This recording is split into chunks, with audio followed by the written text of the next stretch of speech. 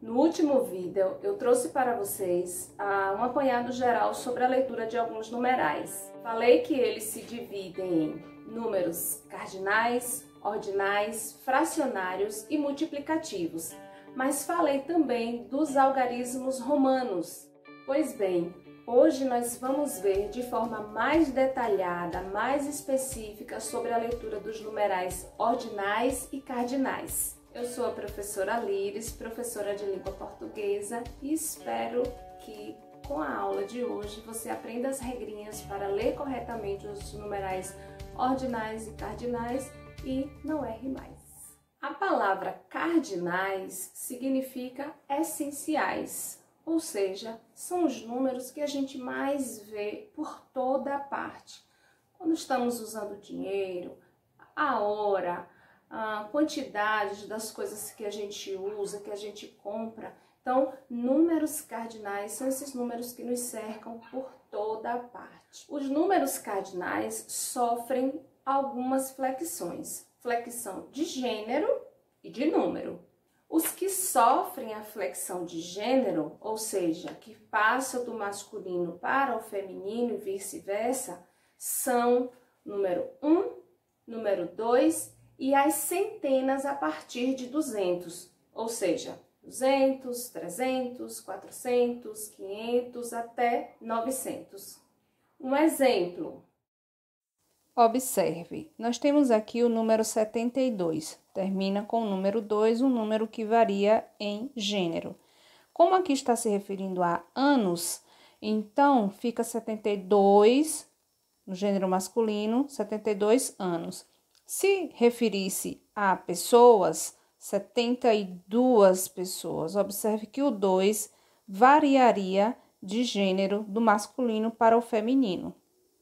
Mas não se esqueça, quem varia aqui é o 2, o 70 não varia. Só lembrando, só quem varia é o número 1, número 2 e as centenas a partir de 200 até 900. Se ao contrário de 72 anos tivéssemos 720 relacionados, por exemplo, às doses, nós leríamos 720 doses. O 700, ele variaria do gênero masculino para o gênero feminino.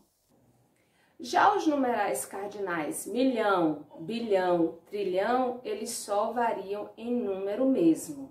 Ou seja, milhão passa para milhões, bilhão, bilhões, trilhão, trilhões e assim sucessivamente. Os demais cardinais não se flexionam. 3, 4, 7, 30, 40, eles não sofrem flexão. Ou seja, do jeitinho que eles nasceram, eles permanecem. É preciso ter muita atenção, ter muito cuidado e, acima de tudo, conhecimento para que você, quando estiver diante de um numeral, você possa fazer a leitura correta. Se for necessário fazer algum tipo de flexão, que você o faça corretamente. Exemplo. Leiamos casos confirmados. Como está no masculino essa expressão, a gente lê da seguinte forma: 4.845 casos confirmados. Observe que a centena 800 fica no masculino. Se fossem pessoas recuperadas, já seria diferente, já seria no feminino. 4.845 pessoas. Mais um exemplo, aqui em aguardando resultados do LACEN. Se a gente for ler o número referindo-se a resultados, então fica 202. Se fosse pessoas, se fôssemos ler relacionado a pessoas, seria 202. Observe que tanto a centena quanto o número 2 se flexionam do masculino para o feminino. Agora os numerais ordinais. Ordinais, pelo próprio nomezinho, já está dando uma ideia de ordem, de sequência. Os numerais ordinais variam em gênero e número. Gênero, do masculino para o feminino, número do singular para o plural. Exemplo. Nós temos aqui duas expressões que se referem a numerais ordinais, primeira e segunda. Tanto um quanto o outro pode sair do feminino, como eles estão, para ir para o masculino. Primeira pode ir para primeiro, segunda pode ir para segundo. E ambos também podem variar quanto ao número. Primeiras, segundas, não tem problema. Agora eu quero que você preste bastante atenção a estas regrinhas relacionadas aos números ordinais. Se o número vier antes do substantivo, ele deve ser lido como ordinal, concordando com este substantivo. Exemplo. Observemos o número de óbitos.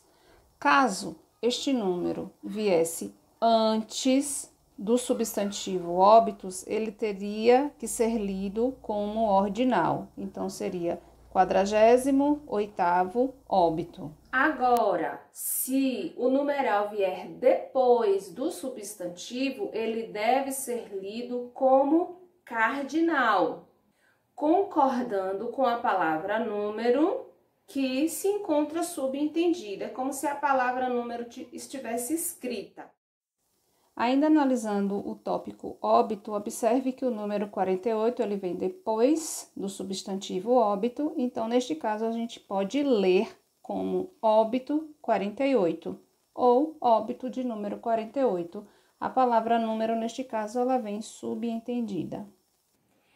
Agora atenção, se você quer fazer referência ao primeiro dia do mês, não leia como cardinal, e sim como ordinal.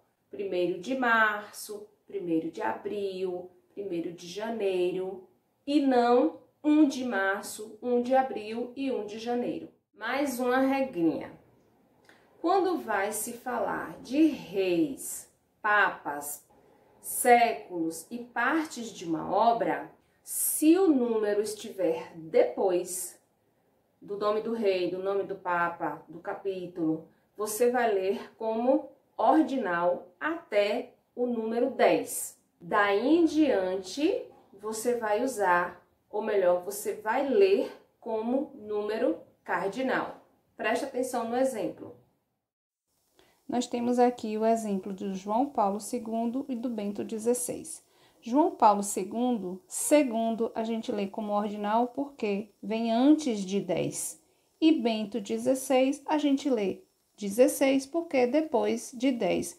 16 a gente vai ler como cardinal e segundo a gente vai ler como ordinal, porque um vem antes de 10 e o outro vem depois.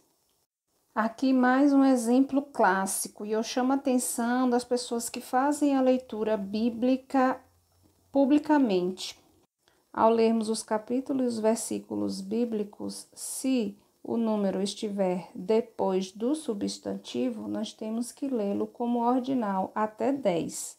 Assim, capítulo 7, versículo 9. Sendo assim, se o capítulo for de 10 em diante, aí você vai ler como cardinal. Exemplo, capítulo 11, verso 13. Em textos legais, e não é legal porque ele é bom de ler ou coisa assim, é legal relacionado à lei.